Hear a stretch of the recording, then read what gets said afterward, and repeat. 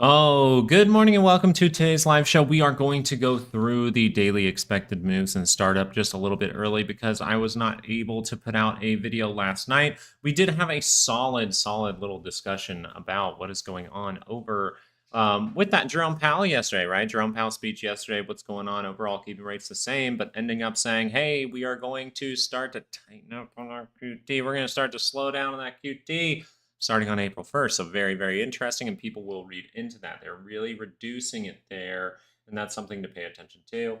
Now, for today, you might be paying attention to some type of data that's coming out, and that'd probably be a good thing to pay attention to. This morning, we did get an initial jobless claims here of 223,000. The previous got revised, it looks like, to 221, up a little bit. And the consensus on this was a little bit higher, so coming in lower for the initial jobless claims. But at 9 a.m., we will get existing home sales, so we'll have to read into that 30 minutes after the open. Now, as we get you those daily expected moves, I wanted to talk about them today because we need to point out if they're going to be really important. And we see 574.60 sitting right around 575 to the upside for the SPY. And we have 559.66 to the downside for the SPY. Now, what can we read into to see if these levels will become important today before we get into signals and all that stuff? Well, we have the date for today. We see max pain would be 565. And we do notice that the big put wall actually came up at 550. Originally, this was just the only thing there. Now we do see things spreading out a little bit, some people taking calls into today. So 560 is going to be an important level. And then we see here 570. 575. So as of right now, it seems 560 would be the more important thing, with a chance to go all the way down to 550, really take people by surprise, maybe sweep these lows. Because what we were talking about from the signals were, do we get that flash sell down to take out these lows, fill this gap, and then we start to turn around later on? That would give us a really nice 2-hour divergence, especially if it was pretty quick. That would be very interesting for the market to do. But we just showed you that daily expected move at 559.66, and the first put wall is at 560. So look at that. Very important levels right down in here. We did leave the gap behind, so we could be just consolidating, maybe in almost like a flag to actually head back to the upside. Something that would really, I would overall say would really take the market by surprise would be, and is my mic working? I hope my mic's working, or else that would be terrible. Okay, good. We're good.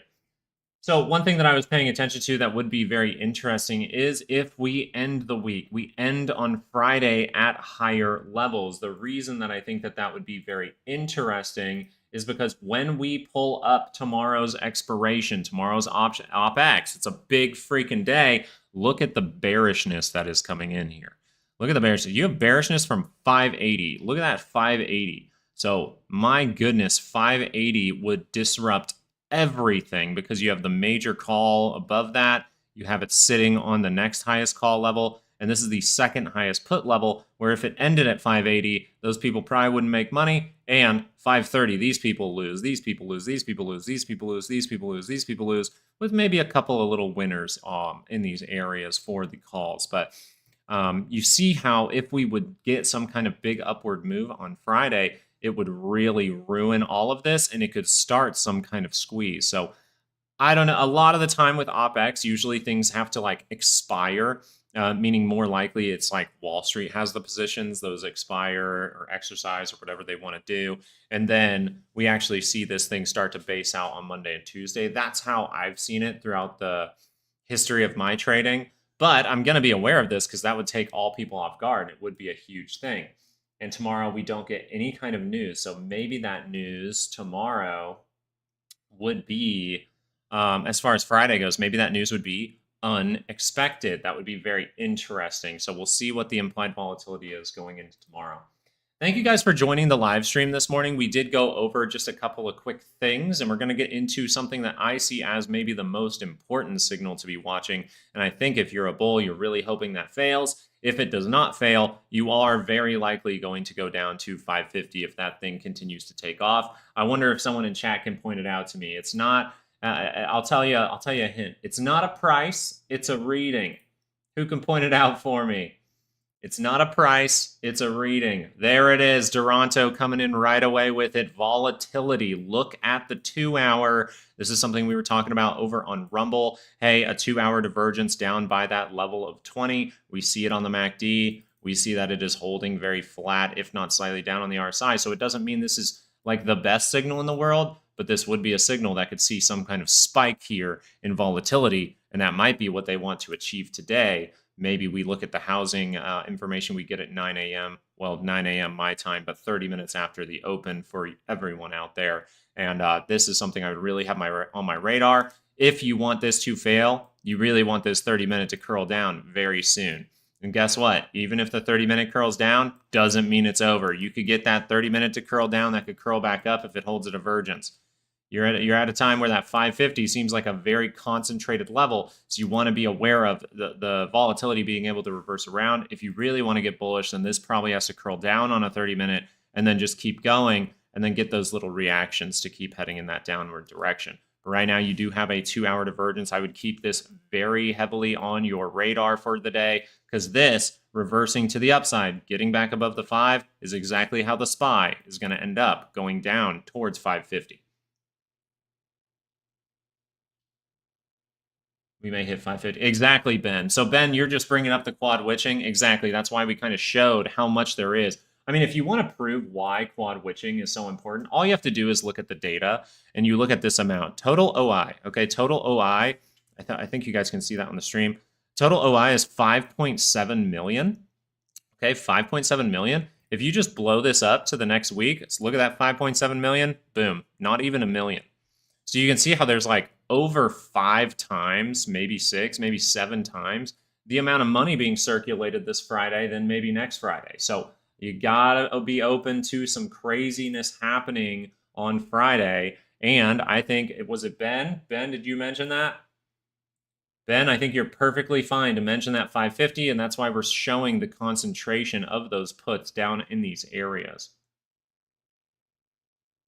Good morning, Reese. Good morning, guys. I hope you guys have your coffee ready. You're ready for a great, great day. No storm last night, so we were able to sleep real good, and we're ready for a full day. If you would like to, by the way, if you're liking what you're hearing so far and you want to stick with us for the entire day, after the live show here in a couple hours, we are going to switch over to Rumble. Highly suggest before the market opens, you have 11 minutes here. I understand if you're doing analysis, doing your plan for the day. Don't let it distract you. You can always join us later. But if you want to go set up that Rumble account real quick and go follow us, the link is the first link in the description down below this stream.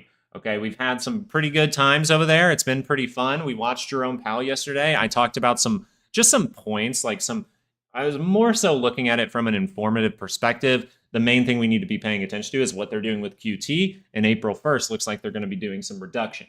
All right.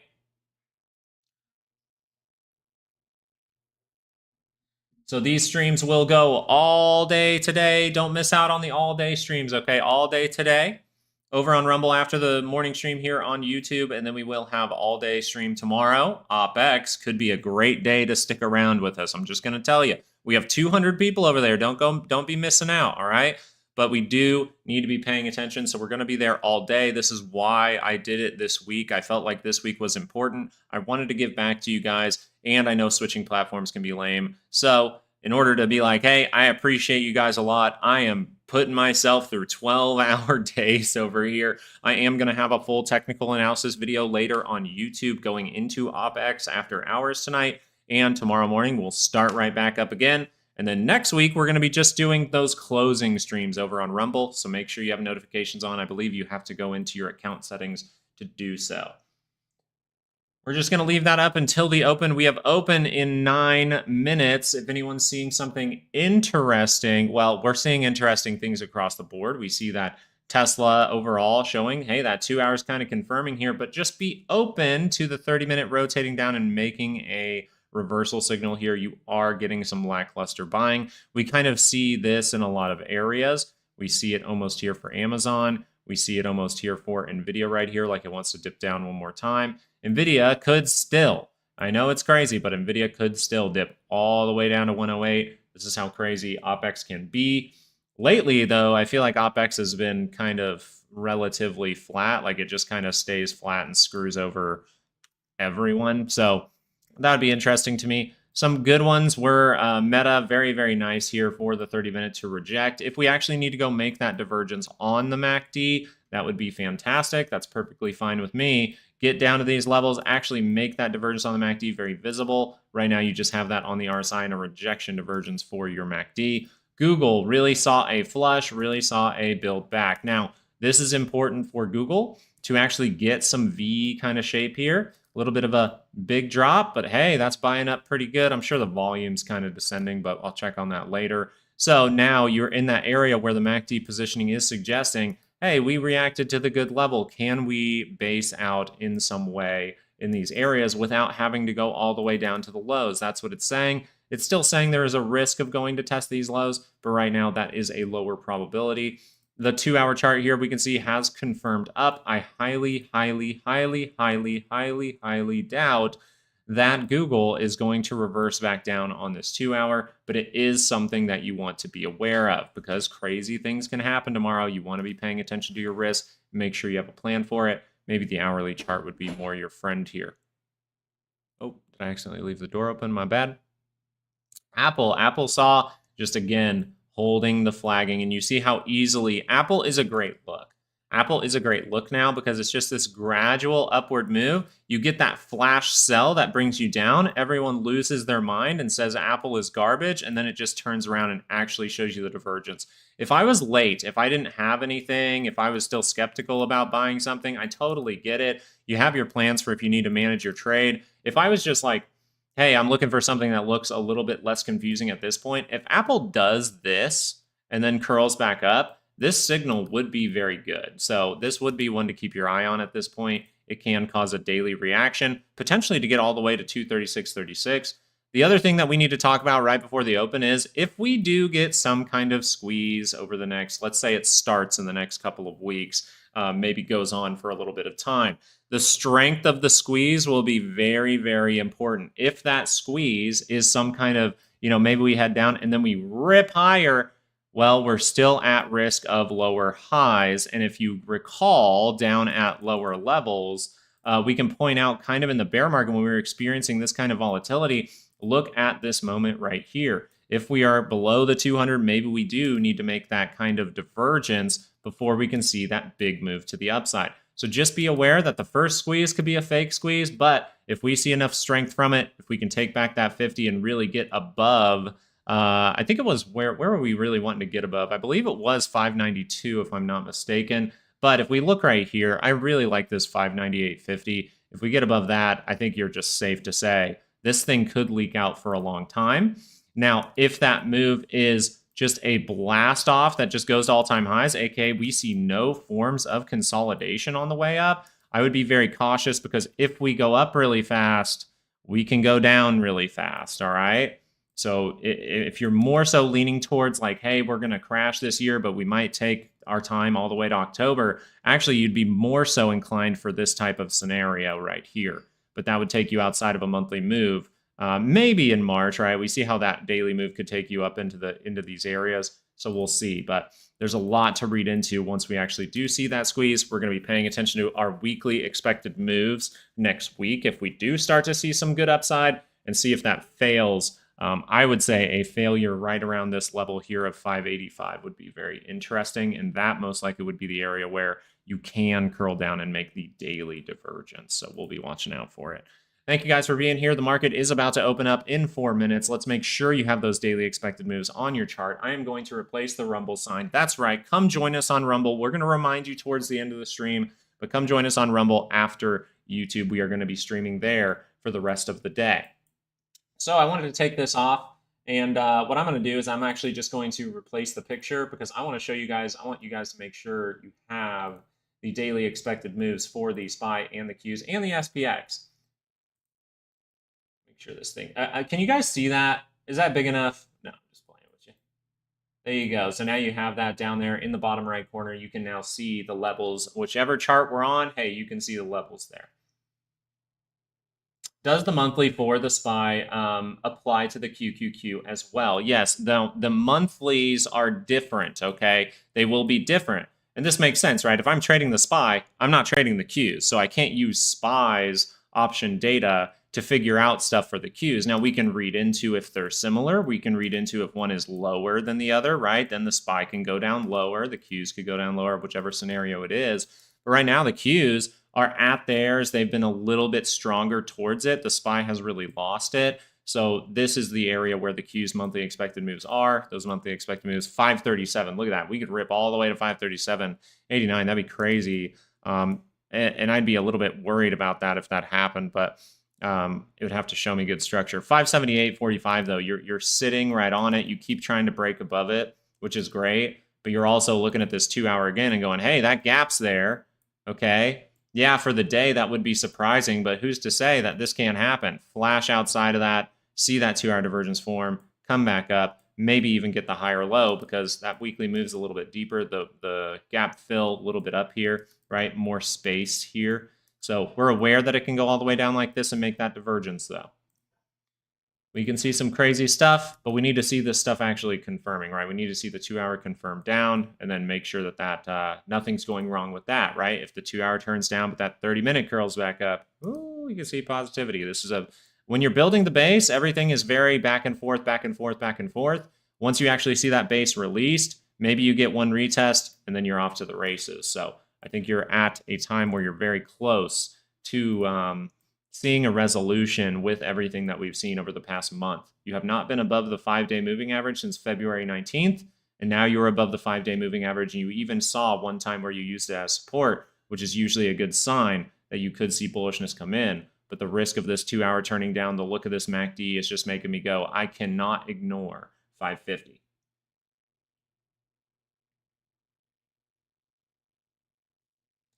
See what else we got going on out there. TLT is just up to the right today pre-market. Remember, TLT did have the 2 hour divergence and kaboom, there you go. 2 hour divergence to the downside. We were suggesting that TLT was kind of telling us, hey, we might be curling up here.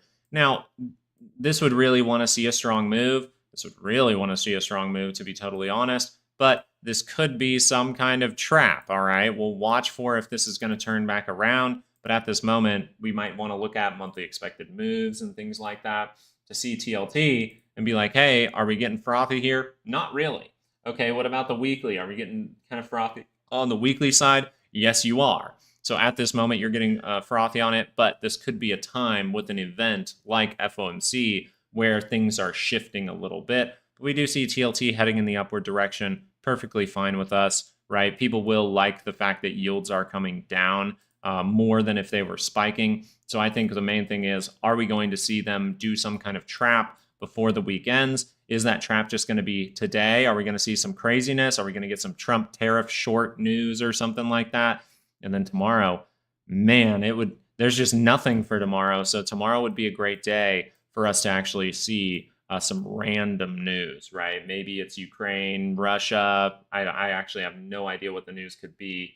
But there has been a lot of talk around Ukraine, Russia. Maybe there's a resolution with some tariffs. So market opening up right now with a gap, leaving another gap behind. Notice the last time we left a gap behind, what did we do? We filled that gap within the same day, actually. Now, this still could leave it behind for a few days, and then we could always come back to it. So let's just be aware that this thing could cross down on this 2 hour. I'm going to open up with the 30-minute chart. If the 30-minute chart does show you anything, it's showing you with the closing bars, you would say a lower high, but the wick is overall saying this could be potential for divergence. So I'm going to treat this like it's divergence, but the wick doesn't technically measure that. So if this crosses down, I'm going to be saying lower high, but I'm going to treat it like it could reverse down the 2 hour chart. Does that make sense?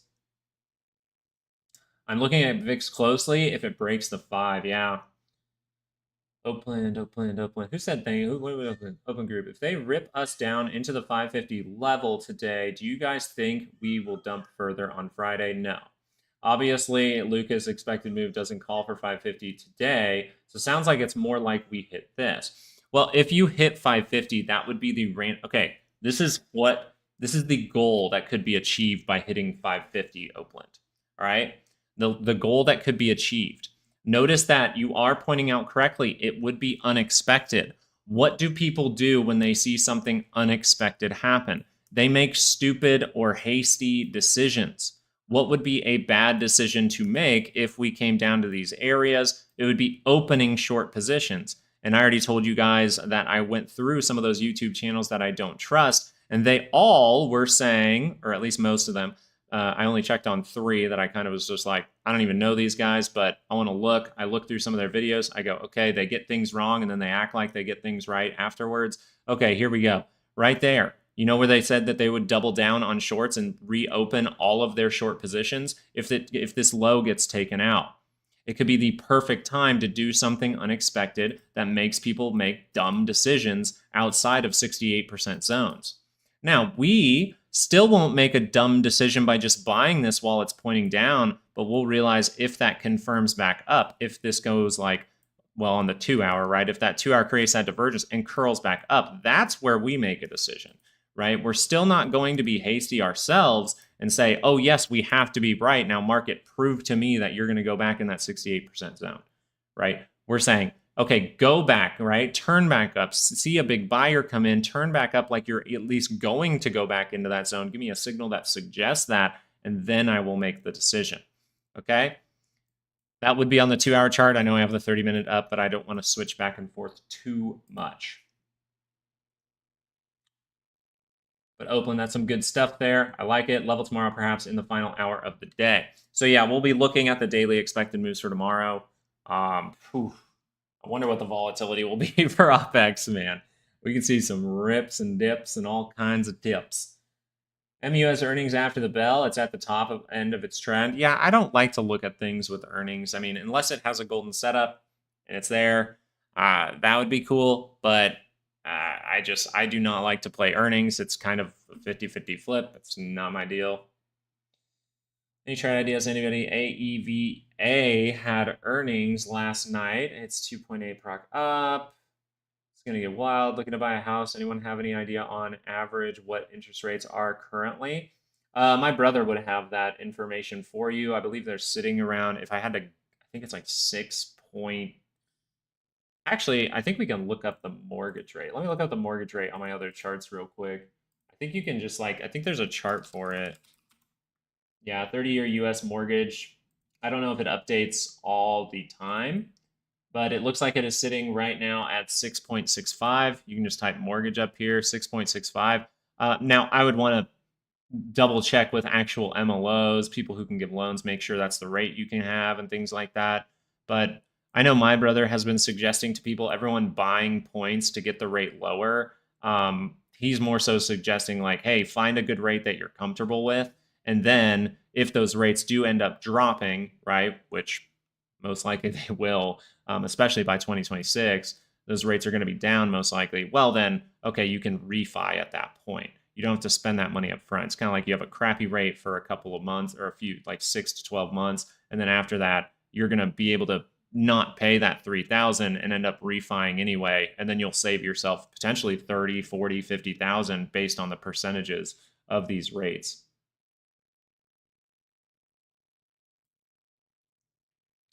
Yeah, sometimes I look at that and compare it to my brother's just to see what he's getting. But it does depend. It depends on where you're looking to. Some people, I know that my brother has competition that sometimes they have more competitive rates. Like they buy down rates for people and things like that. It's really strange.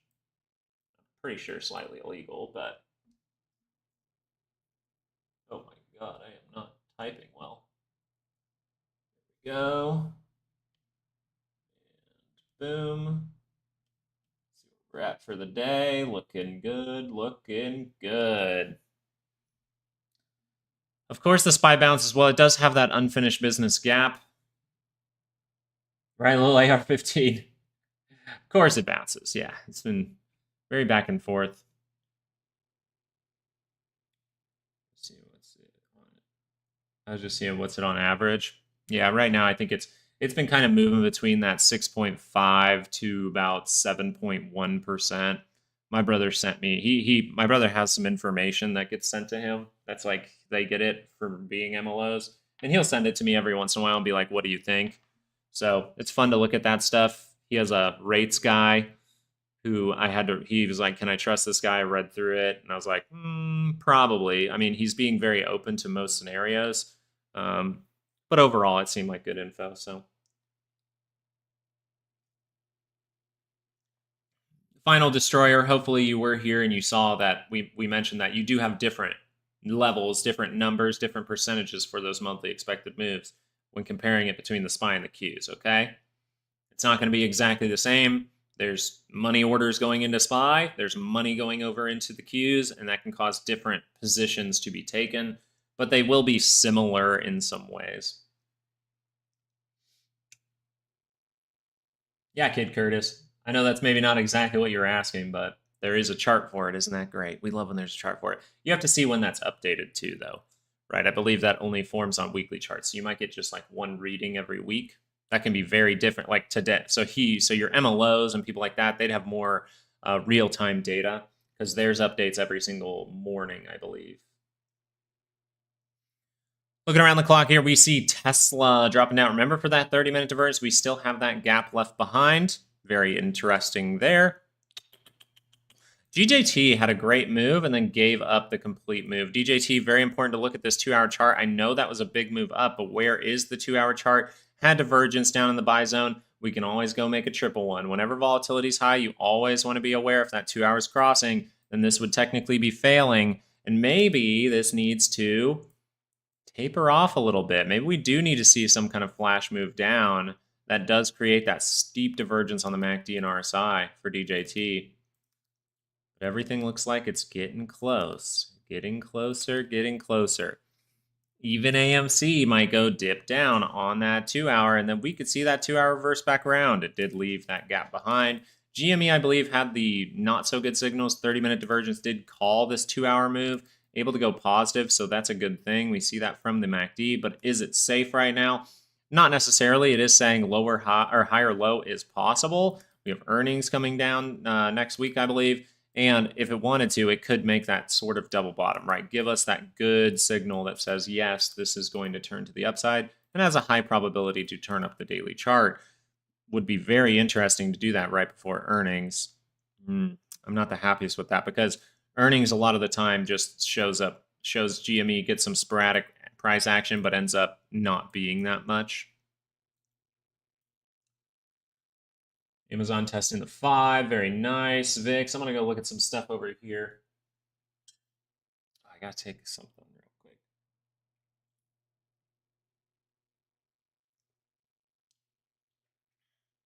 quick. $5.48 close to the bottom on Friday.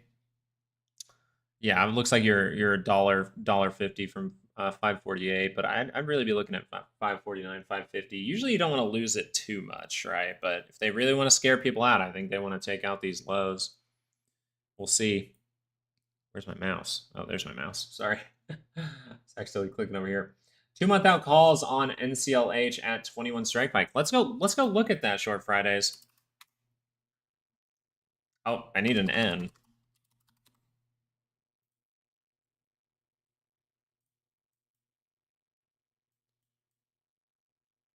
That looks pretty good. It's a great level to get to, a great level to curl down and retest, but it looks a lot like a lot of other things, right? It looks a lot like, hey, can we actually get through? Can we get through? Are we going to curl down? What's the 2-hour look like?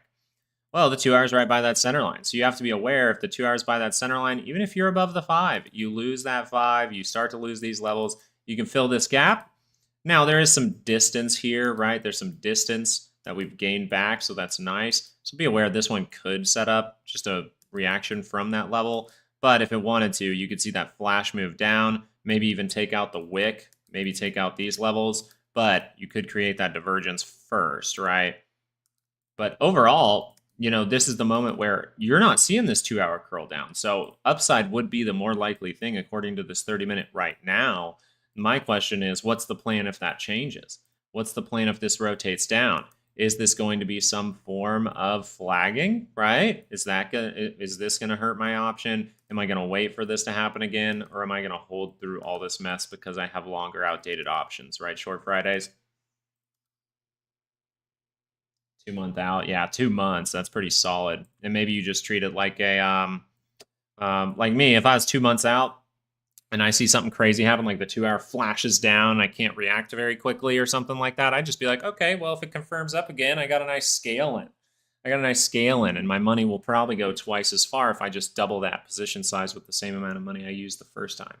So, nice look, though. Let's look at the daily. Is this thing deep? Daily's even crossing up today. That's a good sign.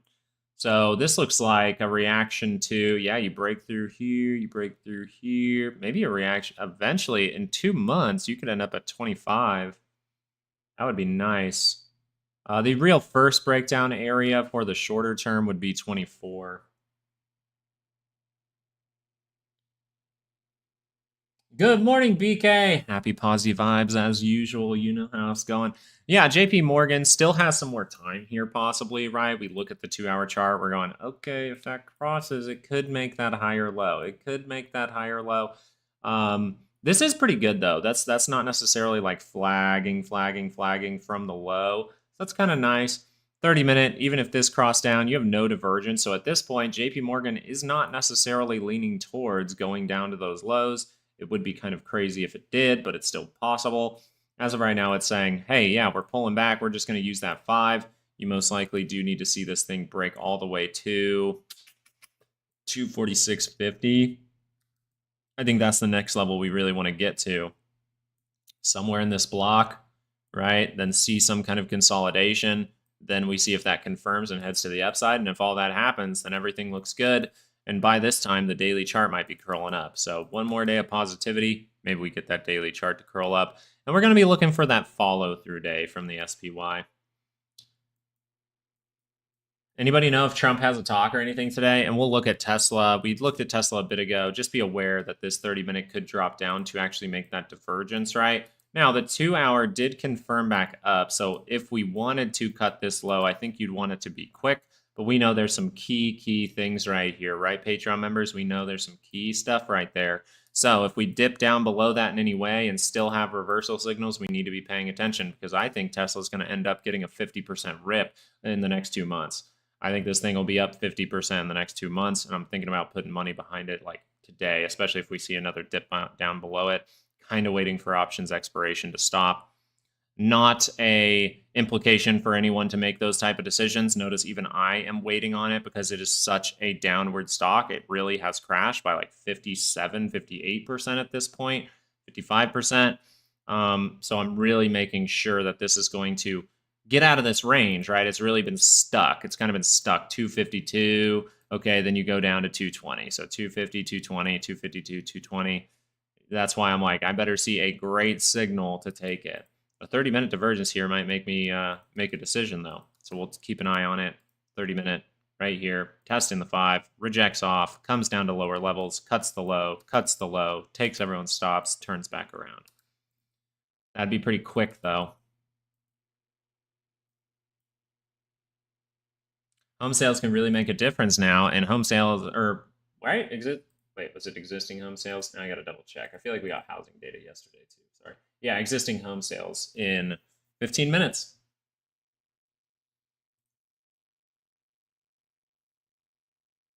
$1.4 billion accounting issue with Tesla. Jesus, Tesla, get your shit together. That's not very efficient, Doge. Hey, that's not very efficient, Doge. 1.4 billion accounting issue. That's not very efficient, Doge. I'm just saying. Just messing with you though. BKKT. BKKT was that one stock that saw that craziness back in the day. Nothing really good to go off of here. Daily scale, scaling down. Okay, you do have daily divergence, so the shorter time frames might not be able to help you out. But this is suggesting that you could see a few weeks of positivity, maybe to get back to $23 would be great. But you need to get through $15, $16. We'll say $16.50. You really got to get through these areas to actually see us go all the way back up to 22 to 24. That's what it looks like to me. Doge and Tesla using same account view. I'm messing, guys. Come on now. All right, I'm noticing some interesting things with my Meta option. So I want to go look at Meta for a moment with you guys, if you don't mind. Let me go look at Meta. And we can go read into volatility in a moment. Meta just looking for that daily to cross up. Really just liking this level of about 655. I think 655 would be great. 655 would be great. If we're going to consolidate and head higher, then 683.50 would be insane. 683.50, you get all the way back up to here. Notice that would take you above your 50. Notice that would take you way above your 20. Then you see that pullback or consolidation in some way, and then you just see that thing pop again. That would be very, very nice to get some form of consolidation like that right over here. That would be great. And this one has confirmed everything, right? There we go. We're confirming the 2 hour for Meta. Man, maybe we don't reach down to those areas. The heck? Maybe people are so bearish going into March. Maybe not. Meta's starting to do it. But the SPY's still a little lackluster for the moment, starting to try to turn back up. Daily charts are what you want to pay attention to here, and I want you to do something interesting here, and that's look at futures. Look at futures. Look at futures, because IWM is curling up. Russell, not technically IWM, but the Russell is curling up. IWM has curled up in the charts here as well. IWM did have the good 2 hour divergence. Look at all the tapering, all the 2 hour divergence, all the big steep 2 hour divergence on the RSI. Reacting to a great level, that would be the weekly expected move. 209.79 would be a great place to get to. Then you might want to watch out for that sell to come in, right? In case we see a moment kind of like this over here, or we could reach all the way down to this level right over here in there. I think it would be a great day to squeeze the out of people on Friday, because there's so many puts that if this stock market just goes, I think the deed is done. So, man, Opex can be such a weird day. It can be lackluster sometimes. It can be a huge flash sell just to take people's stops out, then you rip. It can just be a squeeze right off the bat. So there's a lot that can happen. This is why I'm just holding on to the longs and more scaling in if we see that next move down. I'm very confident that this is not going to crash, but I'm still not going to then bet tons and tons and tons of money just in case that 1% chance it does happen. But I think it's just that. I think a crash from this type of look right now is in the psychology of the market and the positioning of money. I think it's a 1% chance right now. And that's the crazy part about these days, right? We could see it drop down with a gap. We could see it fill the gap. Then we could see it actually cross down on the MACD. So as of right now, 30-minute hasn't crossed down. So there's nothing really bad. I know it's on a gap, but nothing really bad. Now, microstructure, okay? Something we like to talk about these days during the live show, as we're doing more and more and more, is just microstructure. If in some way this is a form of consolidation, we could see something like that over here. That would be very interesting, right? Maybe we reach up, fill that gap. We kind of see something like this, and we kind of make a wonky little right shoulder in the microstructure. That's the only thing I would see. The main thing I want to see, though, is as I'm a longer outdated option trader, I want to see if the 30-minute actually crosses. And then I can just sit. I understand that I'm going to be in a loss for a bit if this comes down to 550. That's fine. I assume that a lot of my plays will be negative at that point. But I'll just treat it like, hey, is the signal still there? Is it good? If it's not there, it rejects or something like that, that's when I probably will make a decision to be out. Is there other symbol to buy? Is there another symbol to buy Meta cheaper? Someone might have a Meta. Maybe not. Probably not. If I was looking at something, I mean, I still think Apple needs to. I think Apple needs to go make that divergence. So Apple's making me lean towards divergence. It's kind of pulling me back and forth though. Apple's leaning me towards the 2 hour move down. Meta is leaning me towards, oh my god, that thing's gonna rip right now. Right? Oh my god, we could squeeze tomorrow. So you're kind of in a push and pull area. It probably will at this point just depend on your plan for your individual trade, and hopefully you have made that going into today, as we have potential to reject off of 570 again, right? We can see how much of an accomplishment it would be for the day, at least to the bull side, to get above 570. There's not a ton going on there either. There's not a ton going on here. It's just if you get above 570, that's the highest call level. And then if you go down 560 and 550, right? So if it's going to get really bad, 550. If it's a little bad, 560. If it's really good, though, you get past 570 and you hold above 570 today, high likelihood that we could be popping off tomorrow if that holds above 570 by the end of the day. Doesn't mean it has to happen. It just means I think that's a great thing to do. Hims was very interesting yesterday, so we will go look at it. How's that doing? Yeah, we see how you see the double bottom on the 30-minute. You pull out to a 2-hour and you go, okay, we see the double bottom, the rejection double bottom on the 2-hour. You see you've been making those divergences on the MACD the whole time. You haven't held them the whole time on the RSI, so it's a little wonky down here. But it does say in these areas we could be seeing those rip arounds, and maybe we want this to get tight first. Notice that the swings are still very big. Maybe we want that to get tight, and then break through. So I would be watching this. I would be saying, yeah, there might be decisions to be made, right? The rejection back above the 5, boom, that would probably be the trigger at this point with the double bottom to attempt to take out the high. You really need to take out these levels of about 37, I would say. But just be aware that that 30-minute could rotate down one more time. That way we can get really, really tight in here and maybe see something like this. But if this is the moment where it wants to pop off, hey, that might be tight enough. Kind of like just do maybe like a Bollinger Band or something like that, and just to prove, just to show, like, most likely we're getting tight in here. I think we need to get a little tighter. We look at the 2-hour, it's starting to probably, let's see if that loads up. Oops. God dang it, can I get that? Yeah, you see how this is starting to big, a little bit wide, not the tightest, but that could get even tighter in some way. So we'll be watching it. I think it has a good look to it. I just think it could continue to be complex as the swings are still a little big. How big is this swing? 15%. All right, now the next upward swing. The wick, 13%. Okay, cool. Right? We see that the drops can get smaller now. Doesn't mean they have to, though. That 2-hour crosses, that's when I'd be really worried.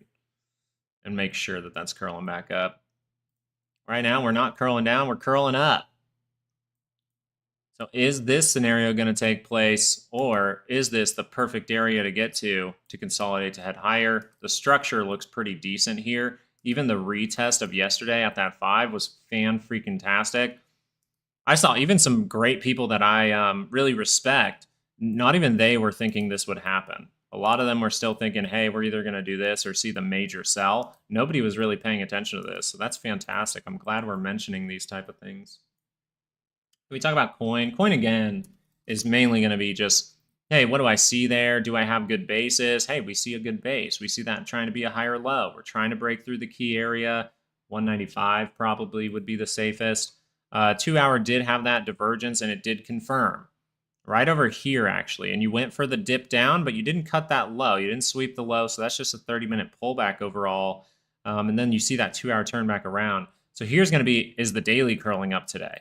Is the daily going to hold firm? And I would really like for the daily to confirm this, and I would potentially make a decision, but that better be a positive bar. Right now, you're only plus 0.13. That doesn't give me the best inclination. I want to see it take out the previous wick. If we can close above the previous wick, I'm pretty confident to say at least a test up the 20 is coming. Now, when you do that, you still want to, when you're trading something that's related to Bitcoin in any way, it is good to pay attention to what Bitcoin is doing. And right now, Bitcoin did see that nice buy come in yesterday. That's great. It got you back above the moving average here. All the small ones, you just have that 50 above you. So if you're going to see some form of consolidation, I think you could see something like this. Right? We see the big resistance. Maybe we get a reaction to there. We pull back and go. Looks nice. We just want to be aware if this curls down, you can cut the low. Still doesn't mean it has to be the big sell. You could just go down to 76, maybe even 75,000, and then see that start to come in. So there's ways up, there's ways down, and that's why we have plans for our trades. SPY, let's just stick with this for now on the 30-minute, making sure we're paying attention to all the right things, all the things today.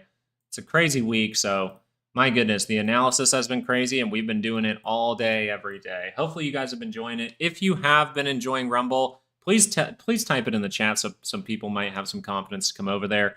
The link is down there, the first link in the description. You can go make an account during market hours right now and then join us right after about an hour from now, all day long. If you've been enjoying Rumble, just say, hey, yeah, Rumble's been a good experience, right? Let other people know. I don't want people to miss out on everything we've been doing over there. It's been pretty fun. Do you think SPY will be below 570 during the next 2 months? I think it is very unlikely to see us below 570. You can go below 570 again in April, and that is that daily divergence that we were talking about, right? That's the only time I see us going below 570 in April, is if we make the daily divergence down there. Okay? Now, what we want to do is see what happens here, see where we end the month, okay? That's going to be a big deal, right, Fernando? If we can see how this ends at the end of the month, we'll get updated monthly expected moves, and then we can really see, like, is 570 within that 68% zone, or is it outside of it? If it's in the 68% zone, hey, it's very likely we can maybe even go down to that at some point, right? It's way more likely. Once it starts to get outside of it, it becomes less likely. And then if we see reversal signals, it's very tight with 570 or something like that, that's when we'll be paying attention for that divergence. There you go. Some people shouting out some love for the Rumble and the YouTube, right? YouTube's not going away. Nothing's going away here, guys. Same thing every single morning. Make sure you have those notifications on so you're here with us every single morning so you can get those daily expected moves and we can talk about stocks with you. Yeah, people do like the chat graphics. People do say the chat is very easy to read. That's something that people have said that they really like. There are some glitches over there too. It's not perfect by any means. It is not perfect, but they've really made some improvements, and I love to just post that dancing loaf of bread pug. He's so great. Meta or Amazon, which one do you think is best? Those are the two plays that I have, so I think both of those are good, Duranto. My Meta is now up 14%. So Meta obviously is the one producing a lot. Amazon kind of lagging behind, but look at that. It's getting the same type of bar. So we're really seeing some upside. All right. As these 2 hours have confirmed, though, remember that the more probable thing now for the individual stocks, at least Amazon and Meta, they're both confirming everything here, right? If Meta confirms this, and, the only thing I'm worried about is the SPY going down to 550. But if these things confirm on the 2 hour, we don't see that sell off in the next hour and a half and turn back down, it's very likely that we might even start the squeeze maybe soon. Maybe soon. But those PCC levels going up right now, people getting a little bit to the bear side. CPC came in at 0.88. We're still aware that this could need some more time here, right? We notice that, yeah, we have big put volume and all those things, but we're not seeing these moments like in the past. We're not seeing us get really, really bearish in the CPC, which is very interesting to me. Overall, people have been bullish to neutral most of the time with a few flashes up to, I would say, the medium area where people start to go, okay, I'm a little bit bearish, and one spike to, yeah, I'm bearish, but not a lot. So usually you have to see more activity up here. I'm still going to just treat the signals. The most important thing to me is price action. Here we go. Crazy, crazy things. 30-minute has not confirmed down. So nothing to do, nothing to manage, nothing to really trade even if I wanted to take a short. Back down SBS, not SPY. 30-minute is curling up or down, and if there is a difference. There is a difference. SPX, if you're looking at SPX right here, does have, I believe, an extra certain amount of time that it does record the price in the charts. I think that's like 15 minutes after the bell or something like that, but usually you see it very like flat or something. I don't think there's a big difference. That's the thing. There's not a big enough difference for it to really matter, but you could see like a slight confirmation before SPY over on SPX. The difference with SPX is more so the values of the weekly expected move will change. They will be very similar, but they might not be exact either. They might not be exact percentage moves. But we do give that out. You can see SPX down in the bottom right corner there if you need it, okay? I got you, Reese. I always pay attention to SPY. So I always pay attention to SPY. I believe this is more so where people, during market hours are trying to do all their option trading. So that's why I look at the options over in SPY, and that's why I mostly look at SPY.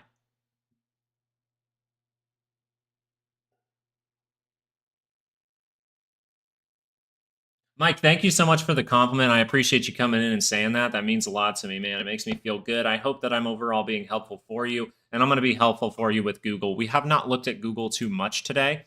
So Google, the reason that we just quickly went over this is because I don't think you really want to go take out this low again. I think you had that moment where we were like, yeah, the 2 hour needs to wick above this, and that's why we drew this line, and it wicked above it. The reason Google needed to wick above it, you had a key level here and a key level here. It went down to the second one and wicked back up. That's fantastic. You held, and that's the big deal. Look at the RSI. Yeah, you lost this point, okay, but you held the main one. 1, 2, 3. You held it, right? That's a good thing. That means if this does not cross down again, if we start to break, I would say above 169, I'll give it 169.50. Maybe we'll say gap resistance 170. You get back above 170, you're able to hold it. This daily might be reversing around even right now. Look at that daily chart crossing up. You guys, it's always good. Even if you're being like really focusing on something, give it a little 2-minute look, at least a 2-minute look to be like, if the daily does this, what's the most likely thing to happen? Daily momentum is a big deal. Okay, daily momentum is a big deal. Maybe you even want to pull up volume, probably lackluster this morning, but look at the volume that's starting to go down, coming down, right? Now it's starting to tick up. If that can continue, ooh, that'd be good. A squeeze on high volume would be very, very nice. A squeeze for Google on high volume would be nice, right? If we're going to see some kind of daily divergence, then we're going to see maybe some high volume turn into very light volume up towards this gap fill, actually, 175. All right, we get that little daily move up, we cross back down, make the divergence. That can still happen. We talked about this like over a week ago now, how it could be complex on the 30-minute. That ended up happening for the SPY. All right, I know I'm talking about Google, but this is what we need to be watching across the board. We talked about how things could get more complex on the 30-minute, how it could get more complex on the 2 hour, how it could get more complex on the daily. Right now, the 30-minute has done that. The 2 hour has not for the SPY, but it has for individual stocks. Pay attention to it. And now if the daily wants to be more complex, we are aware of it. It doesn't mean there is no trade to be had here. It just means if I have a weekly expected move in this area, and next week we just go bam, we would be looking for consolidation to head higher. If you consolidate and head higher, you do not cross back down the daily MACD, then you're very unlikely to go test these levels again, right? If you're going to test these levels again, you are likely to see this daily, if it is going to get a move, reverse back down, okay? Does that help you out there, Michael? Or Mike?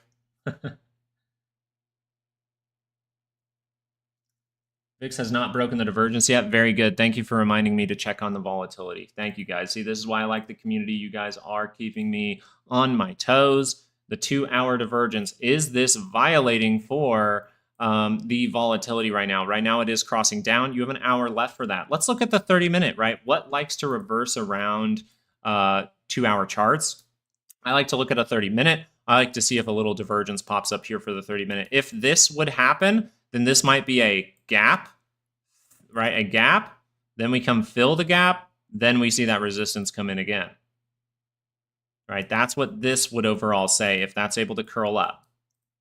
I don't think you want the 2 hour to curl down though, because a lot of the time once we start squeezing, you're going to see divergences and they're just going to be very lackluster and fail, very lackluster and fail, very lackluster and fail, even not if they confirm. And that can be proven on the 2 hour, right? This is actually something that happens a lot in squeezes. You see a signal, it goes, and then it just rejects down and fails. And then you make another one, and then it just rejects down and fails. And then you make another one, and then it rejects down and fails. You can see that gradual downward move from the 2 hour.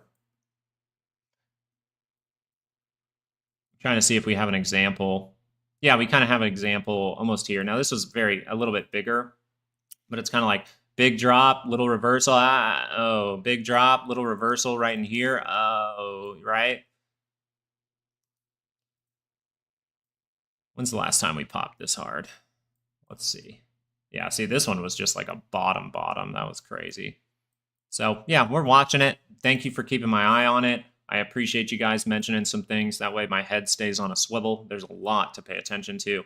But on my other screen, I'm really just focusing on my plan for the day. Not going to lie.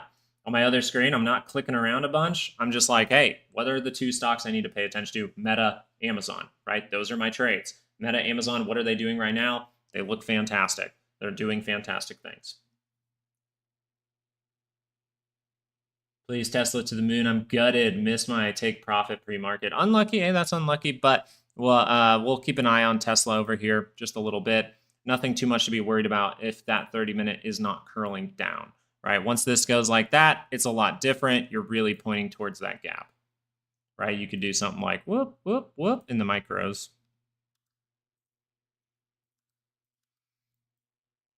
And if you really think about it, they don't have to go back down to 550. If they go back down, so that's one thing maybe we need to discuss. I would like to hear your guys' response to what I'm about to say. If we go down to 550 and say that isn't Wall Street, if that isn't Wall Street, wouldn't they just say the job's been done? We don't need to even go back down to 550. Those positions start to close. You know what happens when those short positions start to close? If people flip, well, just like some good orange juice, it sounds like a fresh squeeze. But keep your eye on volatility. I don't want to put it in people's heads like, oh, 550 won't get tagged. I'm just saying, if the job's been done and 550 is an area they don't want to go back down to today, maybe we flash down to it in the morning tomorrow or something. We'll have to see how we produce throughout the day today. I came out in profit. I fat fingered a stock and bought the peak. Bought the peak ask. Oh, sometimes that sucks. Nice, that's a good call out. Yeah, kind of trying to give us, you know, those other scenarios. What if we just start to squeeze out, right? 580 is the max pain for tomorrow. 580. What's the trigger that supports the dump today? I think it's still volatility. I think the fact that volatility on the 2 hours crossing down is saying the trigger is not there anymore. Right? It's not there anymore. Does that mean in the next hour it can't wick up and be there again? No, it doesn't mean that. So I think maybe the goal here, if I was watching volatility, if I was in the SPY, I'd be keeping a very close eye on volatility, seeing if this gets taken out, and then seeing if that turns back around. And then on the SPY, on the opposite side of that, you're going to potentially see this actually close some bars here and maybe turn back down, really showing you the divergence is confirming. Right now, the 30-minute is pointing in the upward direction, so we should, even with that gap down, that test of the 5, we should still talk positively, technically, about the SPY. We're just being aware if a trap is set, it most likely would happen down towards 550. You dig the daily move being posted? Should we leave that as more of a regular thing? Because we've done that a few times. We do that probably like once a week, because I'll have to do family things or I miss a video or something like that. We do always post it. If I miss a video, we post it to Patreon. We don't post it all the time, right, to Patreon, but we do post it if I'm not able to put out a video. Because Patreon's more about, hey, good decisions, trying to more so teach you about how I like to do things as far as decision making goes. And I noticed that day trading, 0 DTE, tight DTE always hurt. And so that's not something that I'm necessarily good at. I changed my style and it's really helped. And I think a lot of retail people would do a lot better getting away from 0 DTE. And to do that, daily expected moves encourage. when you see these daily expected moves, it kind of probably has encouraged you sometimes. You're like, man, this looks good, right? You've had that feeling. Price action looks like a squeeze. Looks a bit squeezy to me, but there's still a reversal signal from volatility. That's not going away yet. If it goes away, then I'll definitely agree with you. I'll definitely agree with you, right, RTV? I mean, here's the thing. The individual stocks are already saying, squeeze, man. Squeeze it. That's what Meta's saying. It's almost what Amazon is saying. Meta's saying it pretty clear. When's the summit, Doug? When is it? It's supposed to be with Michael Saylor. Oh, great. So we're going to pump Bitcoin. All right, so we're going to pump Bitcoin today. 10:45 Central or what? We can listen in on it if you guys would like to listen in on it when we switch over to Rumble. MACD 30-minute was curling up 2-hour pre-market. VIX was curling down 30-minute pre-market. Now they are crossing. That is so odd, perhaps because those are CFD. MACD is different at opening. I don't really trust trading platforms, like actual just regular trading platforms, anything. Even Thinkorswim, they give a ton of good information, but their weekly expected moves are off. I've had people come in here and say your weekly expected moves are completely different than mine using Thinkorswim, and then they come in here and they stay for like a couple of months and they go, okay, yours are better. And maybe I'm not going to say that's the case all the time, but I will say if I see a math equation, I can do that actual equation and get a hard number. Whereas over there, they're just like, trust us, here's the expected move using the implied vol. So I like to do the calculation myself. Would be nice to get a close above 576 this week, which would be above last week's close. Any close up at that 576 is really scream and squeeze. The reason that that's going to more so scream squeeze, you can still get pullbacks, right? We're not out of the mess yet. There's a lot of mess to get through.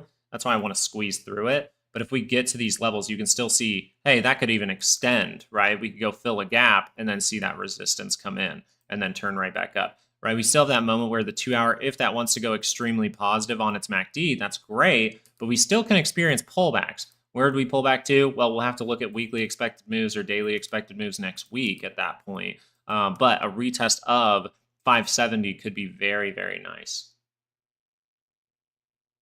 Okay, RTV, we're in agreement. That's always nice, isn't it? Right? If we're not agreeing, we can still talk about it. But I'm glad we're able to agree on that. I sold everything for a small profit. I'm unsure right now, waiting till I have more confidence. Doing what you have to do to be comfortable in managing your money. I love that type of talk. I love that. I think that's great. Profit is all. Yeah, no one in here is going to hate you for making money, you know? Now, some a-hole could come in here and be like, yeah, but you could have made more. It's not about what coulda in life. It's not about what shoulda in life. It's about what actually happened. Reality's kind of a big deal, don't you think? And the reality is, if you're not comfortable and you're in the green and you want to make money, that is your decision. I think that is fan-freaking-tastic because most people probably are losing money with this upward move right now. SoFi and Meta are going up. My big short in gold is also working out nicely. Actually, that is a very big, valid point we need to talk about today. We need to talk about these signals over on GLD. GLD is showing major daily divergence, okay? Daily divergence. I'm not the biggest, I don't have the biggest inclination that this is going to fall like a rock, but I am in the inclination that we could see this consolidate aggressively down, maybe going back down to breakout area. And then if we're able to go past that, we might need to watch out if we're going into a negative trend, because this does suggest we could go into negative trend, which means we could see this thing actually go all the way down on the weekly scale to 250 before we're able to see the next weekly move up. Looking at the weekly chart, we see that the weekly chart is up there. We see that the weekly chart even has divergence. So if we're not going to get that next push higher, we want to pay attention if we start to lose these levels and head lower, okay? I still think gold has a little bit of gas left in the tank, but the signals are suggesting that I'm maybe not the smartest for thinking that. The signals are suggesting if this weekly crosses, it's still far away from the center line. That's why I'm talking about that curling up to get closer to it. But if the weekly really gets down to these type of levels and makes structure, goes negative, that's going to be a problem. And you can see that over in the futures as well, by the way. You can see that in the futures as well. We see triple divergence on the RSI for the weekly chart. We see that single divergence holding there for the MACD. And why are we paying attention to this now?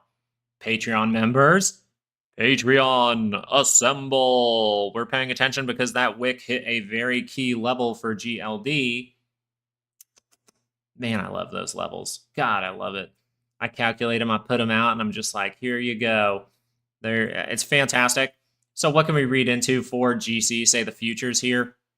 You do have that divergence suggesting 4-hour pullback. So is the upside done? Well, it could be done, right? We have the divergences that say, yes, it could. So watch that daily chart. but the 4 hour still is far away from the center line. So I could even say, hey, yeah, I'll take this maybe for a short. But if we go down to these type of levels and then we curl right back up, we could see one more trap to the upside. Right? This is within this week's weekly expected move. Gold is pretty significantly outside of the monthly. So this thing might see a rip down. We've seen a lot of those in the last week of the month end up being ripped down. JP Morgan, GLD, right? The last time GLD ripped down, remember that? February, remember February 24th, the last week of February, boom, went back in the monthly expected move. That could happen again right here. But it could have more time, then do it. That'd be pretty aggressive, actually. That timing might not add up. Let me draw this out if it was pretty aggressive. This would lead us into Wednesday, and you only have a couple days left. So, yeah, most likely this is a potential top here for gold. Now that I'm looking at the timing of it, the potential there is that's a top for gold for now, and we have to see if it can resolve itself and turn back up. Mara, someone did have me look at Mara, right?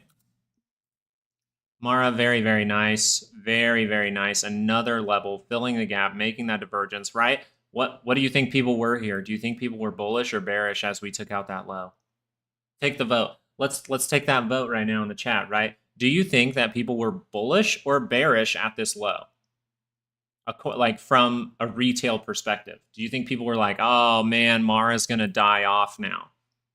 They were probably bearish, right, Mike? Perfect answer, right? Very simple, perfect answer. They were probably bearish at the exact moment where they needed to see if this was going to turn around. And then it turns around and they go, yeah, but it always turns around and then it fails again. And that's exactly the time that they want that mentality to start. And boom, this thing can maybe take off. Mara does have a short seller problem in it. It doesn't behave exactly like it used to, according to like how it used to with Bitcoin, but it has great 2-hour signal right here as well. You can see the divergence in the near term right here. This is fantastic and says Mara is very likely to curl up a daily chart. Very nice for Mara. Now we just have to make sure things hold, right? We have the plan for if things go wrong. But things are going very, very right. I'm going to pull up volatility. Wow, okay, fine, Meta, do your thing. This is a pretty big move for Meta to fail at this point. Pretty damn big move for Meta to fail at this point. And guess what? I don't think people have switched the yeah, people are still more so to that 0.95 than say 0.8 in the neutral zone. So if they're a little bit more towards 0.95, that means they're a little tiny bit bearish in that neutral zone. They're still taking those bearish bets. Just a little bit, though, not anything excessive. I'm going to go look at volatility, though. That's what I wanted to see. Volatility getting down to the levels where it can start to create that divergence. So this is the only thing to really be aware of. Highly suggest you guys come join us on Rumble. We're going to be looking at this stuff all day. So if this confirms, you can watch it with us in real time. We can tell you what's happening from that standpoint forward. Recent Mike just saying very plain and simple. They're probably bearish at the lows, right? Do you think with the bullish price action, everyone's paying attention to the thing that could make it fail, volatility? Or are we potentially paying attention to the right things? And that's it, right? We're aware of things that are bad that can happen. And if we're aware of those things, we see the rocks down the stream, we can move our money around, right? We can move our money around that rock and end up in the meta. That's the goal. If we don't move around, we might smack into that rock and then just sit there. We might smack into that rock and bounce off to the left and end up in the sewer with the it clown. We don't want to do that. And the it clown on this channel is Jerome Powell. We don't want to. Do you want to hang out with Jerome Powell in a sewer with clown makeup on? I don't think so. I don't. I hate clowns. I've hated clowns since I was 3 years old and I didn't even know it. My mom told me the funniest story. We were in California visiting my grandpa in San Francisco, and I was walking down the street, and there was a clown that apparently came up to me, and no, there was a clown in front of us, and my family walked up to him because he was making balloons, and I stopped in my track. I would not get within 50 yards of him. That's how I've been with clowns, and my wife knows it too. So sometimes my wife buys Ari a red balloon and puts it by my bed in the morning when I wake up. She's mean.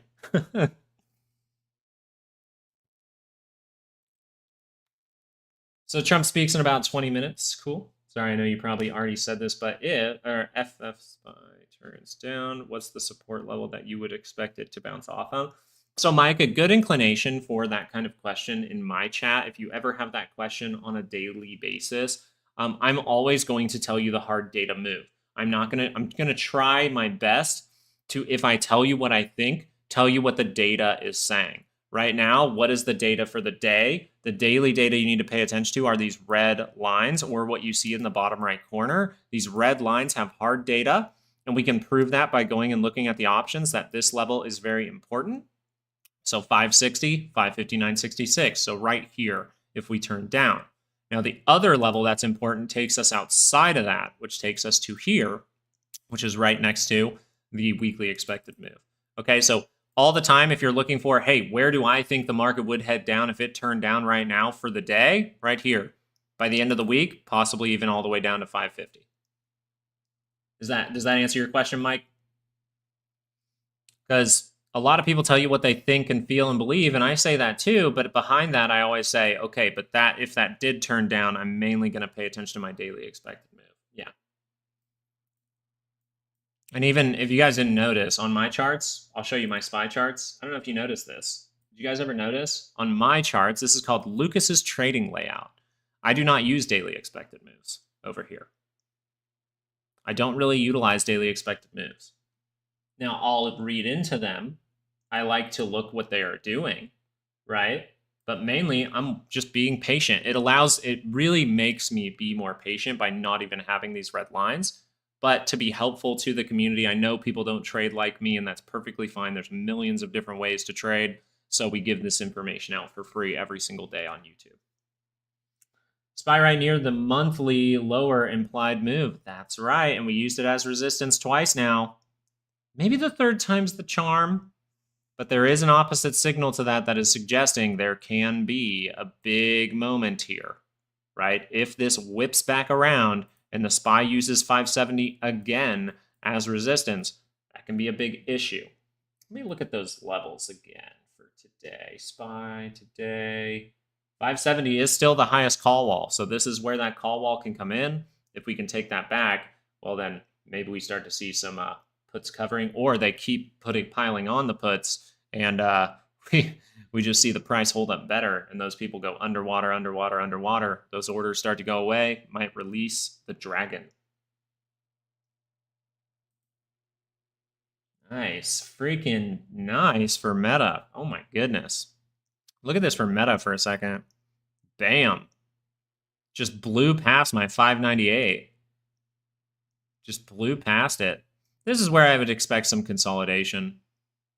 If we're not able to see that strength all the way through 608, this is where consolidation could take place. We see left, this little over here. If we need to dip down into that in some way, that would be a retest of the breakout at that point. If it's going to be even, we see that, and then turn back up, which could curl down this MACD for a moment. So now, see, I'm talking out loud because I'm just kind of talking about my trade, making sure I'm aware of how it's moving and how I could develop my plan throughout, right? Your plan can change every single day with a stock, right? If this bursted up to here, my plan would change. It might be take profit, look for pullback. I just think these things are going to head to an upward weekly expected move next week, and we're all just going to be like talking about a squeeze in like 2 weeks. My thinking, even if we turn down, I think that potential is still there. Hell yeah, Sid. AMD was the one with the great reversal signals, continues to have them, but look what's popping up for AMD right now. 30-minute divergence. So it's not confirmed. You'll see 30-minute divergence all the freaking time during squeezes, right? So what I want to do is I'm going to go pull up AMD over here, see what levels we're reaching. You would like it to get up to about 110 this week would be very good. 110 would be good. Anything from there, I'd be saying mostly pullback. Looking at the structure as we do see some form of divergence just forming, just in case it would turn down. Let's look at the 2-hour positioning. 2 hours been really, really nice. So 2-hour pullback can happen. And here's the thing. Oh, remember we were talking about 550. What stocks would have to drop significantly? And other stocks could hold up well. But what stocks would have to drop significantly for us to possibly see that? It could be stocks that are in the semiconductors. They've been doing very, very well. looking at NVIDIA, it's still up there. This thing has a gap left behind. If NVIDIA did this and other stocks just pulled back by a few percent, hey, we might end up at that 550 for the SPY and lower for the QQQ. So interesting, but it looks like AMD 2-hour pullback would be the most likely thing if you're going to see any selling there. Here we go. This is big. Actually, let's zoom out. Let's really zoom out and make sure we're just kind of like this so we can see a little bit. I want to see this level right here. Hopefully everyone's having fun in the chat. If you are having fun, please, please help out the community by just leaving a like on the stream, all right? Like this so we can get to more retail traders, and then come join us on Rumble after the stream. We will be switching over in about 35 minutes. Late to the show, am I missing anything? Slipped and busted my ass getting out of the shower this morning. Well, we hope you're okay, Willow. We've talked about a lot.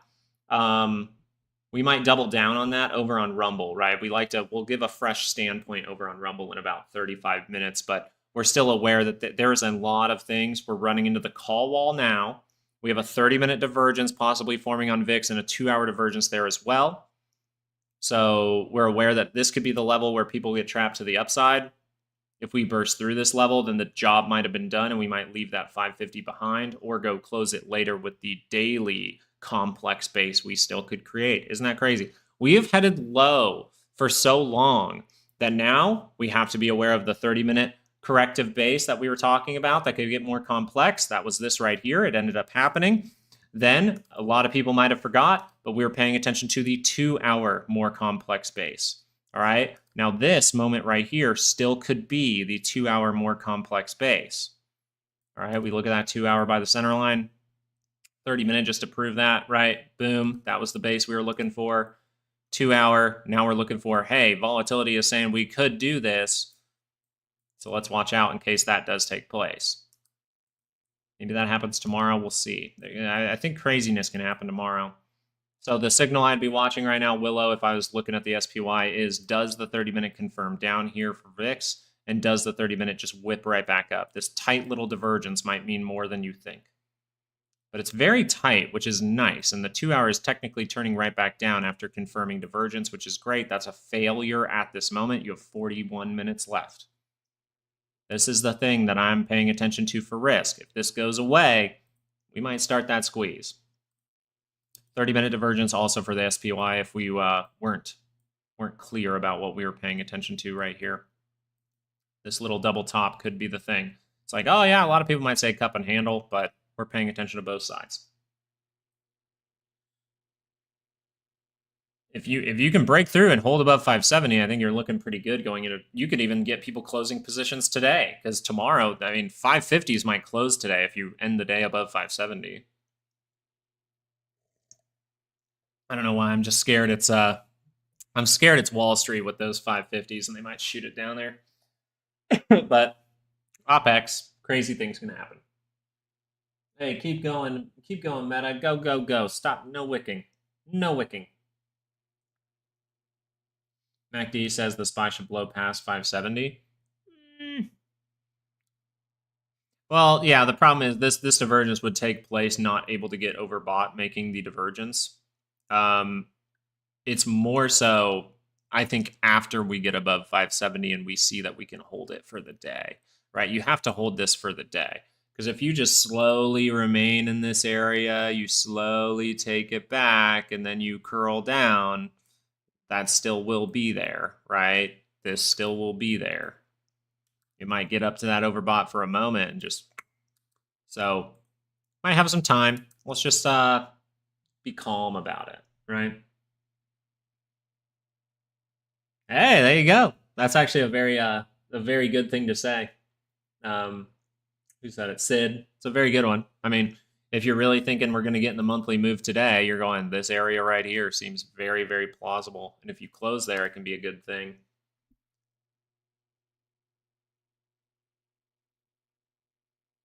A wick, you can more so say, means a buyer or seller stepped in, right? A very good example of this would be the weekly chart. So this right here is buying pressure. A big wick like that, that's buying pressure, right? So if I see a big wick on the downside and it goes up, okay, big wick comes in, that's buying pressure. If I see a wick to the upside, we see resistance, resistance. That's resistance. That's selling coming in, right? Like here. Oh, we dipped down. That's just a pullback. Didn't even violate the bottom of the previous bar. Bam.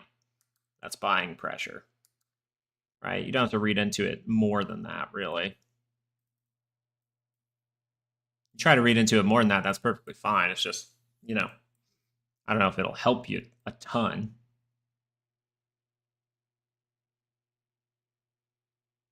This is see, Dubs knows we're not safe yet.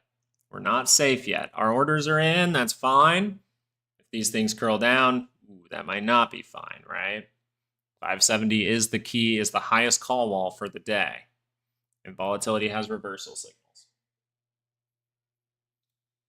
Trying to think if I want to make moves. I mean, hey, like this is the benefit of knowing this stuff. It's like I can still be a part of the squeeze. I can even make money here if the SPY turns down.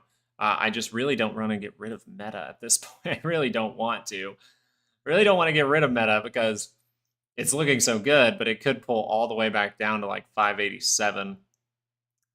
It's like I'm already up 47, 46% there. So I'm just like, okay, pull down. This is because of the transitory tariffs and the very slow soft landing explained by Papao. Hey, at least he called tariffs the right form of inflation. At least he got it right this time. Last time he was very wrong, and I was saying back then to all my friends, I'm like, Jerome Powell's just blatantly lying to you. I was telling my brother, I was like, Jerome Powell's just blatantly lying to you. I was like, this is not transitory inflation. This will stick around for a long time. And look at that. We're here.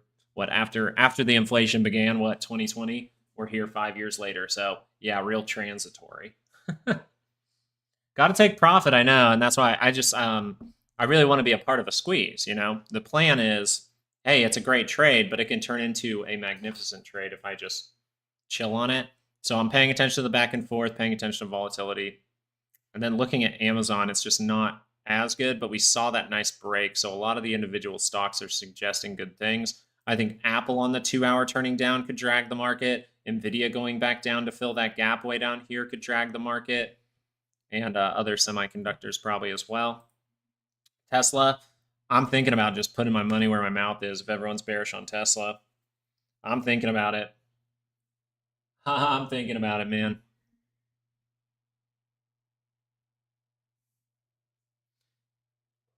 Now, they would become not transitory if we just adjusted them every single time, right? If we adjusted them every year and increased them every year by 25%, that would not be transitory. God, I'm thinking about it, Tesla. I really want to put my money where my mouth's at, but I already have 2 plays going. Uh-oh. That's a wick. Uh-oh. Uh-oh. Uh-oh.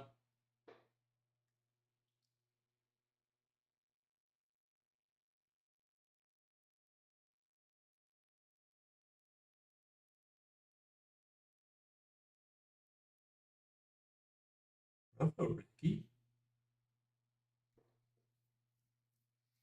Going to the gym now. Let's go. Go to the gym. Volatility is starting to come in. This is making me start to look at some of the options that I am taking. Go, ooh. EL? Estee Lauder? Oh, great. I mean, very good retest of the 5 right now. Very good. Okay, rejection divergence at the low. 2-hour was definitely able to curl up. Okay, no 2-hour divergence. So this is what you need the 30-minute to do, or else you're at risk of doing this. All right? And I think that because of the look of this, it almost looks like Tesla, weirdly enough. You're coming just above this level and you're going like this, but this is different because you're able to take the 5. So that 30-minute confirms up. It's going to be real hard for the 2-hour to turn down. So the scary scenario is this happens. 2 hours able to turn down. That's not happening right now. The 30 minutes trying to turn up. So if this 30-minute turns up and fails, watch out for that 2-hour. But if the 30-minute turns up in positive territory like it is right now, it is very likely you're going to test the high, go make a new one. This looks like great consolidation in some way around that gap, consolidate down for the test of the 5, get that next big move, right? Let's produce something here is what I say for this one. Look at the daily scale as well. Daily divergence is here. Daily divergence, pretty nice. I mean, I think it's slightly higher, so you'd more so call this a higher low, but that's perfectly fine. If this can curl up, bam, we would like that to break through 75, 76. You can break through that, that's great. You can't, that's kind of worrisome. Not bad. You just have to be aware this can be slanted in some way. That's why we want to watch for those failures in case something real bad happens. But I don't think you have to worry too much about that just yet. 30-minute for the SPY, trying to take back the 570. Test it one more time.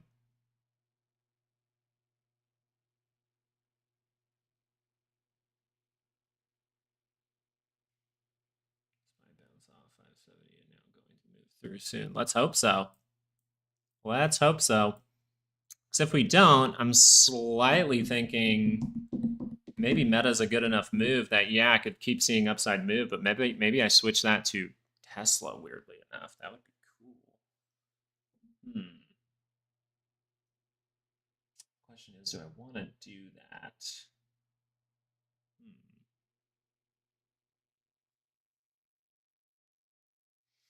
Yeah, I thought it looked interesting and also very solid since it's highs. I'll tell you this though, if OPEX tomorrow we're seeing stocks drop down to 550 by OPEX, I'll potentially be taking bigger plays, honestly. Like if they're gonna give me, if you're gonna give me the best signal to turn around a daily chart before a squeeze, if you're just gonna give it to me, if you're gonna give me this, yeah, I'll probably double down and take some Tesla with that. I'm just to say my plan going forward. I'm like, if you're gonna give me a cracker, then I'm gonna take a cookie, right? If you're gonna open the kitchen up, then I'm gonna eat.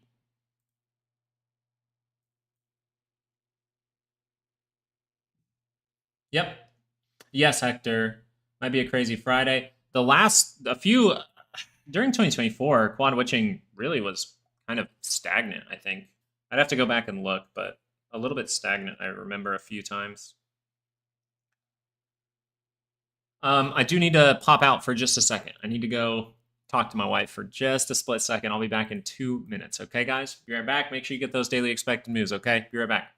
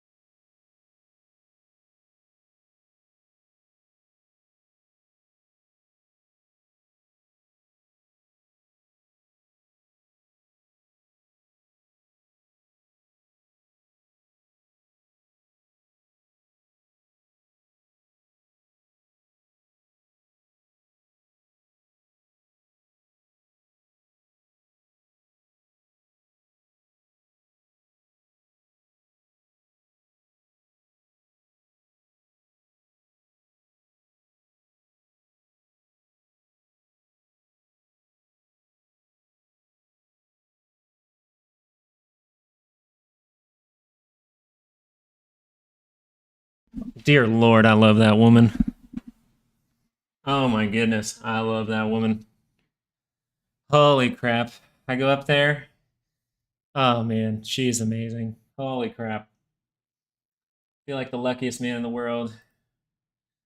My wife goes, "You said you wanted chicken wings, and it's half price day at Buffalo Wild Wings, so I got you your favorite kind there." And yeah, so and I was like, "Really?" She goes, "Yeah, I got like 50 of them." I was like, "God, you're sexy."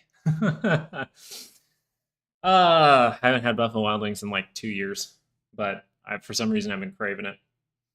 I hope nobody is trying to short the market. I don't think I would. I don't think I'm going to try to potentially like short this. I might take that hedge though, right? Hedge my bet. That could. I mean, that could be a good play. But it's just the play. Do I want it to be a good trade, or am I looking to mitigate risk? That's kind of what I'm more thinking of. Living the dream. That's true. I love it.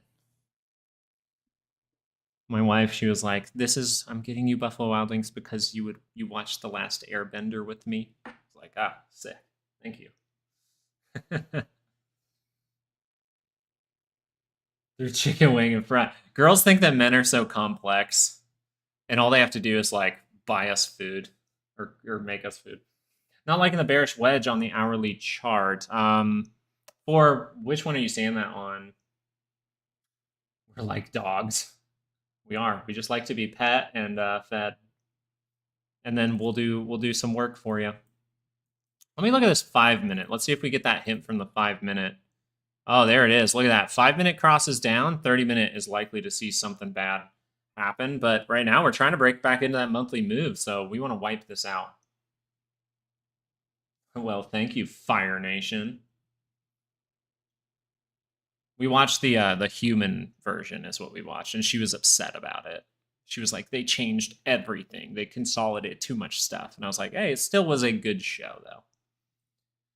Is Dixie a problem? Not if it's starting to go up. It's been behaving with the market, so it's important to look at the correlation here. We would see this as potential for insider buying, but a lot of people didn't understand that this area right here, we had the yen carry trade taking place, right?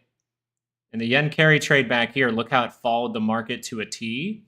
We had another one of those moments here that people just, I guess, forgot about. Like a lot of the analysts that I don't trust were saying, this was the yen carry trade. This is nothing like that. I go, did you just forget that that happened up here? Like we were pointing out the yen stuff going on over here. So that could be taking place, but notice the same thing for the SPY there. So on the dollar, we'll notice around that time frame, what was it, August? Where the heck is August? Am I too close here? Yeah, I'm too close here. August into August 8th, we'll notice that that was dropping into those times, and it continued to drop, right? It continued to drop. This has basing out signals, but it is following the market in some way. So actually the dollar going up, if it's going to hold that positive correlation, could it could assume that if it holds that correlation, it actually wouldn't be a terrible thing, but we could see that as insider selling if we wanted to read into it. We'll see. Markets don't want to see a dollar going down like this for positivity. You overall want that dollar kind of gradually coming down, gradually coming down, gradually coming down. Once it spikes down, that's usually a problem. Is that kind of making sense, David? You usually don't want to see your currency just go, that's bad, right? You don't want to see your currency just go. You want it to go like, oh yeah, okay, it's getting a little weak. That's good. That's good. Yeah, we're good. We're good. We're good. We're good. Oh crap! Like, yeah, you don't want to see that. So, do you read into it too much, or do you just go with the price? What's the most important thing, right? At the end of the day, and you'll probably hear me say it a million freaking. What did I just do? You'll probably see me do it like a million different times, but the way you look at this is like price action is going to be your best friend here. And that's why I think we could even look at this 5-minute for the next 15 minutes before we transition over to YouTube or over to, sorry, Rumble and see, oh, we could still see this and drop down. But it's good that we are seeing a move above 570. That's a very, very good thing. What we want this to do is extend. We want that to extend right now. It could be. It could in the near term. How we like to read into it on this channel is we'll see in the near term, like say 2-day by 2-day. We'll look at if the market is dropping while the market is dropping while the dollar is dropping, and we'll read into that and say, okay, if we have the other things, the PCCs and those kinds of things, that's where it could start to be a problem. But I want you to notice here, the PCC is not dramatically to the downside just yet, or to the call side just yet. So we don't necessarily have that. But this is You're someone yelling it out, right? We see the little whale down there, right? But Final Destroyer saying right before that, hey, you want that final destruction to fully confirm this correction is done? Well, that 2-hour signal might be the thing that does it, and now you have that 5-minute potential double top to shoot you down to lower levels. Ooh. Yeah, David, there's a lot more. You could probably learn about DXY for, man, like if you were in college, there could be a whole course. There could be a whole college, a full semester of just learning about the dollar, its correlations, how it moves, and those things. The free float of SPCE is shorted? Holy. Yes, that is excessive. Like squeeze potential, but not sure if it's updated and accurate. Once again, most important thing is price action.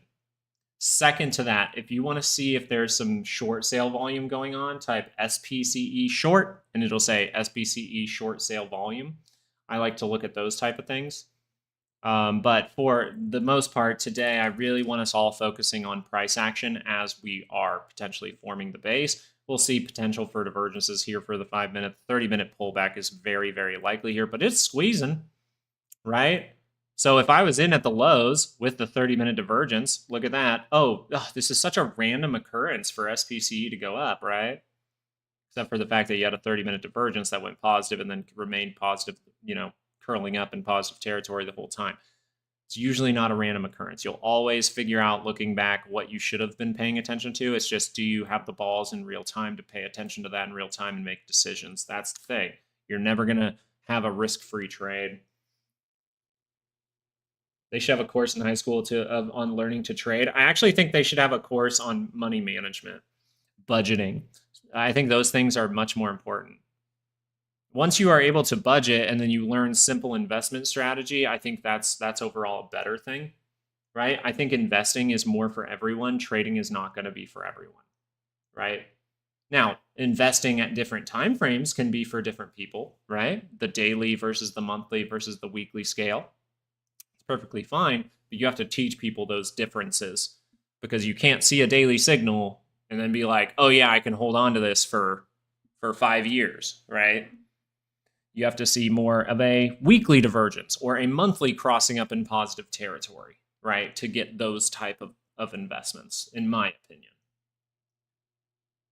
Using technical analysis would be the way that I overall describe it. 5-minute chart, though, let's watch this for a bit here. If this confirms down, this would be very interesting. Oh man, are people still shouting squeeze? I think we should learn to budget. I think we should get rid of taxes or do flat tax. I've always been a flat tax kind of guy. That way it's just super simple. Hey, here's the money you made, multiply by this percentage. Okay, that's what you owe. Like, that's how simple taxes should be. And with that flat tax, I don't want to give any tax breaks to anyone, by the way. I think that there's enough incentive in the human nature in general for us to look at something and be like, hey, do we want to do this? Do we want to do that? We don't need incentives anymore. I just don't think you need it.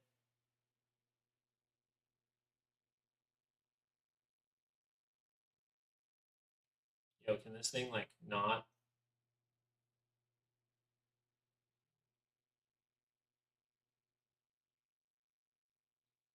All right, so I am going to buy my hedge here. As that red bar comes in, I'm going to buy my hedge.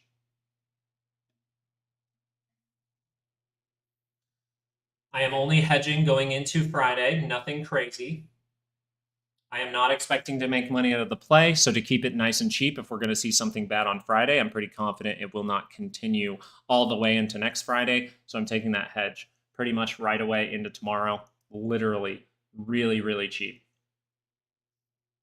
This has to confirm. Now, this is a 5-minute chart, guys. This is not something to hang your hat on. This is just a signal to give us a hint if this is possible, right? The signal that we are worried about is this, not really this, right? This is our hint. This is the signal we care about. Bam. That's what I care about, right? This is the decision making. You're seeing reversal signals. What is your reaction? That's what you should be asking yourself right now. Am I okay with holding on to something if it goes all the way down to 550? Is this 5 minute telling us something, or is the 30 minute not crossed yet, so I don't need to do anything? Am I willing to wait till that 30 minute crosses, right? These are the type of decisions that you have to make.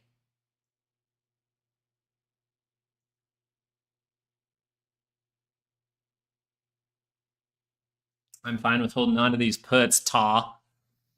I wasn't able to. Did you make a video last night? Actually, I clicked on your video yesterday. I think you were with a group of people, and I was like, I more so wanted to look at videos that you're going to keep your day-to-day format. But maybe I missed out on that one. I might have missed it. I didn't. I just made a short. Okay. I saw a video where you were like talking with individuals for a moment. I thought that was cool. I think that's cool. Fed tax in a year will go away with Trump. I hope so, Sid. The best case scenario is the government just doesn't charge taxes and makes their own money with trade. That's the best case scenario. If they can pull it off. I think it's going to be difficult to pull off with the debt we have and the lack of, I would say, infrastructure or productivity that we have. We would need to really vamp up production, and that can cost a lot of money, which if it costs a lot of money, that means, hopefully you don't go into more debt. That's why you want to give encouragement to those companies to come over. Right? That's why tariffs actually can work as encouragement. If they like the consumer base in America and they want to sell product here for a good amount of money and be competitive, it'd be great for them to invest in America by putting production here. This is why it gets so complex, so hard to possibly pull off. If everything lines up perfectly, though, that would be amazing. Yes, I do not like tax. I do not like deductions. Now, I do think we could give incentive if taxes do come in. I do think we should give incentives for things that would make the world a better place and a better, easier place to be, right? Right now, our birth rate is terrible. Our families staying together, our divorce rate is terrible. Those are things that strengthen, right? I truly believe that the family is the core of everything. That's probably why you see me, always talking about my family with you guys. I want to share how important I think family is, right? I want to share that with everyone because I truly believe that is like, it's kind of like this. If I want to fix the whole world, but my bedroom is really shitty, but my house is really unorganized, my budgeting is really bad, how am I going to fix all of these problems out here? If I can't handle the problems that I have on a day-to-day basis, then how am I going to solve the world problems that are happening all around? And I think that's where you say, this is your family. And if you can control that, then that can spread and start to maybe even other people start to join. Then other people start to join. Then other people start to join. That's how I see it. It's more of a building a community from the ground up. Oh, shoot, I circled those too many times. But that's just my standpoint. That's me. That's me personally. And I think that I'm right. You can have arguments for why I'm wrong, but that's perfectly fine. My life's good and I can't complain. It's just the truth. Like,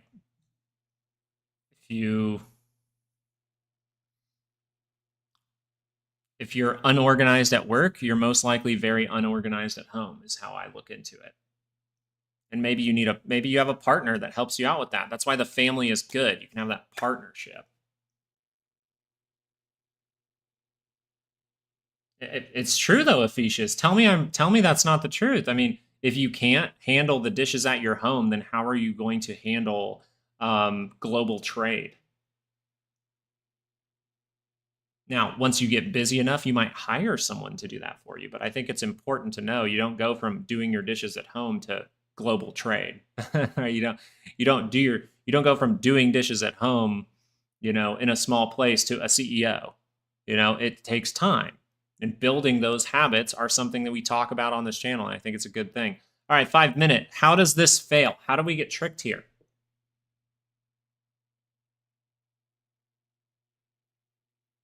How do we get tricked here? How do we get tricked here on the 5 minute? What could happen? Well, we are still above this. So if this is an important area to get to, and we consolidate in some way, and then turn to the upside, that would be a way to go back into above 570 very cleanly and maybe get to that upside daily expected move and most likely wipe out those volatility signals. So this is how we build back and we don't go to 550. That's how I see it. Let's go check on volatility while this 5 minutes crossing up. We do see this. We don't have any 5-minute signals here, but we do have the 30-minute. If that would curl back above 20, we might see a big 2-hour move up to 24. And that would be, I'm actually surprised that we never got to this 24. I really thought we needed to dip down to 550. And so now we can get that snap reaction maybe to 24. And then we'll look if this 2-hour can fail that signal. Because if we curl up a daily here, that's going to be a big problem. I don't think that's going to happen. I think you're going to end up with a big wick. But just because I don't think it doesn't mean I'm not aware of it, right? These signals like to turn up daily charts. 30-minute has not confirmed yet, but it has created the potential for double bottom now, right as the SPY has created a potential double top, right? This is at the same time as the SPY. That is why we pay attention to it. So what we're going to do right now is, this is a very important time. I'm going to try to switch over to Rumble as fast as possible here, guys. Please come join us on Rumble. The link is down there in the description. All you have to do is make an account. Nothing really changes. The chat's a lot of fun. People have fun in there. Sometimes we talk about other things, and that's perfectly fine as long as everyone's being nice in the chat. I did have to tell, I think it was Reese, you typed one bad thing, and I was like, hey, that's where the line's drawn with me, okay, guys? I know it was a joke. I know we're joking around and stuff like that. I know you were kidding, but that's just something we have to make sure to be tight on, okay, with this community, all right? We don't want to be saying things like that. But you immediately came back with it. Yeah, I know you're just kidding. But we're going to switch over right now. I'm actually going to start that up while we're live because I can do that. That's the nice part about Rumble is I will start the live stream over there. All right. Let's do this. The title for today. Let's go. What are we looking for? Let's see. Double. Let's do this. Let's say what's going on right now, right? Double top. SPY 550. SPY 550. Stock market live. All right. We're going to start that up so you guys have an easy transition for those of you who already have an account, and those of you who are coming in who are new will obviously see it. Will say upcoming. You can click on that, and then I will be streaming over there in just a moment. All right, guys, I'm taking off. I'll see you over there. Peace out.